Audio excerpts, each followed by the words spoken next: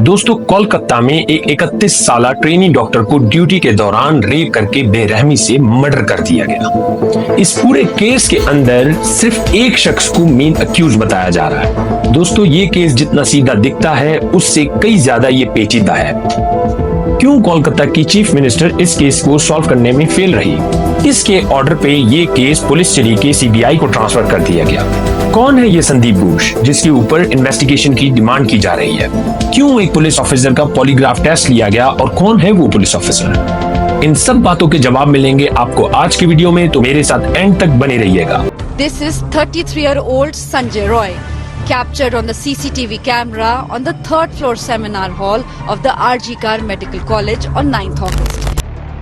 Sanjay Roy was seen for 34 seconds at 4 a.m. on the seminar hall CCTV camera. We want justice! We want justice! We want justice! We want justice! We want justice! We want justice! अस्सलाम वालेकुम दोस्तों, कोलकाता में हुए rape murder case ने पूरी India को हिला कर रख दिया है। इस केस में अब तक बहुत सारे लोगों को अरेस्ट किया जा चुका है। सबसे ज्यादा हैरानी की बात दोस्तों ये है कि इस केस में सिर्फ एक मेन अक्यूज बताया जा रहा है, संजय रॉय, जिसका पहले भी 3 बीवियों के साथ डोमेस्टिक वायलेंस की बातें चलती रही। Sanjay's ex-mother-in-law claimed that he used to beat his 3-month-old pregnant wife when she was living with him. हुआ था, उसमें बीमार गिरा, मारा धारा, बीमार गिरा, 3 महीना का पेट में बच्चा था, वो भी खराब किया। संजय ठीक नहीं था।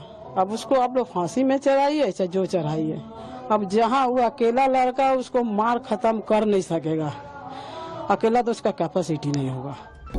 लेकिन उसने तीनों बीवियों को छोड़ा और उसके बाद चौथी शादी की। फिर भी उसे क्यों पुलिस का सिविक वॉलंटियर बनाया गया और वो समाज सेवा में लगा रहा? ये किस तरह की समाज सेवा थी जिसमें वो अपने शिकारों को ढूंढता और उनको टारगेट करता था? अगर इस केस के अंदर सिर्फ एक शख्स का काम है, तो जिस तरह का इंटरव्यू स्टाफ नर्स की तरफ से मिला या पोस्टमार्टम रिपोर्ट जो आई, उसके बाद तो नहीं लगता कि ये एक इंसान, एक शख्स का काम हो सकता है। संजय राय को अब पुलिस रिमांड के लिए ले जाया जा चुका है। दूसरी चीज जो इस केस में देखने को मिलती है वो है संदीप घोष, आरजी कर हॉस्पिटल का प्रिंसिपल, जिसके ऊपर पहले भी बहुत सारे एलिगेशंस लग चुके हैं कि वो करप्ट था और माफिया की तरह उस कॉलेज को चला रहा था। तो फिर क्यों उसको नहीं हटाया गया?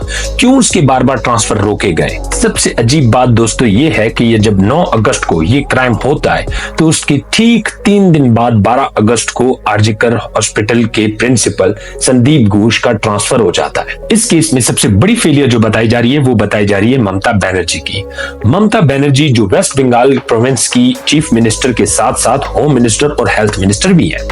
क्यों फिर उन्होंने इतनी सुस्ती इन्वेस्टिगेशन के अंदर दिखाई? उनकी इन्हीं सुस्तियों की वजह से कोलकाता के अंदर बहुत ही ब्रूटली प्रोटेस्ट स्टार्ट हो गए हैं और हॉस्पिटल्स में तोड़फोड़ भी देखने को मिल रही है। दोस्तों, इस केस के अंदर एक और जो हैरान करने वाली चीज थी वो थी अनूप दत्ता एएसआई का पॉलीग्राफ टेस्ट। सीबीआई की डिमांड के बाद ये polygraph test ASI Anup Dutta का लिया गया। सीबीआई के मुताबिक जब एएसआई अनूप दत्ता जब क्राइम सीन पे मौजूद थे तो संजय रॉय भी वहां पे मौजूद था, लेकिन उसे अरेस्ट नहीं किया गया। उसको बाद में जब उसको एविडेंसेस, उसके जो हैंड फ्री वगैरह मिले, उसके बाद जाके उसको ब्लूटूथ डिवाइस के जरिए उसको ट्रैप करके उसको पकड़ा गया। दोस्तों, स्टेट पुलिस की तरफ से सही और ट्रांसपेरेंट इन्वेस्टिगेशन ना करने की वजह से हाई कोर्ट ने ऑर्डर जारी कर दिए और ये केस पुलिस से लेकर सीबीआई को दे दिया गया। दोस्तों, ये केस जितना सीधा लग रहा है उतना सीधा है नहीं।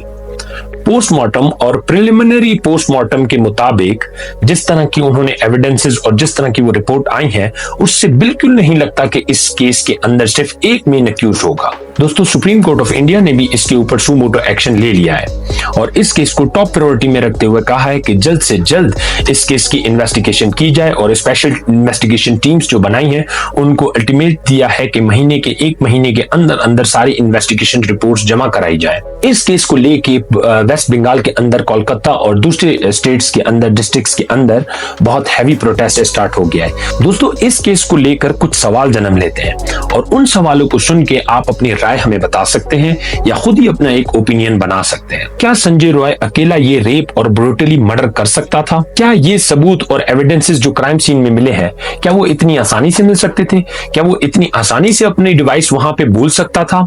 या फिर ये सब चीजें प्लांटेड है? क्या संदीप घोष को इस मर्डर से रिलेटेड कुछ नहीं पता होगा? क्या वो इतनी आसानी से अपना ट्रांसफर ले सकता है और वो इतनी पावर रखता है कि वो उस मर्डर के इन्वेस्टिगेशन की जो हाई प्रोफाइल केस है उसके ठीक 3 दिन बाद वो अपना ट्रांसफर कर देता है दूसरे कॉलेज के अंदर? क्या पुलिस को संजय रॉय की इस तरह की हरकतों के बारे में नहीं पता था, उसके बावजूद उसको सिविक वॉलंटियर बनाया गया? अनूप दत्ता जो इस केस में सस्पेक्ट हैं, क्या उनका संजय रॉय के साथ इस कामों में कोई हाथ नहीं है? इन सब सवालों के जवाब आप कमेंट बॉक्स में भी दे सकते हैं। उम्मीद करता हूं आपको आज की वीडियो पसंद आई होगी और आप लोगों को कुछ ना कुछ इस केस से आपकी जो कंफ्यूजन वगैरह होगी वो क्लियर हुई होगी। Thank you so much. आज की वीडियो यहीं तक थी। अपना ख्याल रखिएगा और मुझे लाइक एंड सब्सक्राइब कीजिएगा। अल्लाह हाफिज।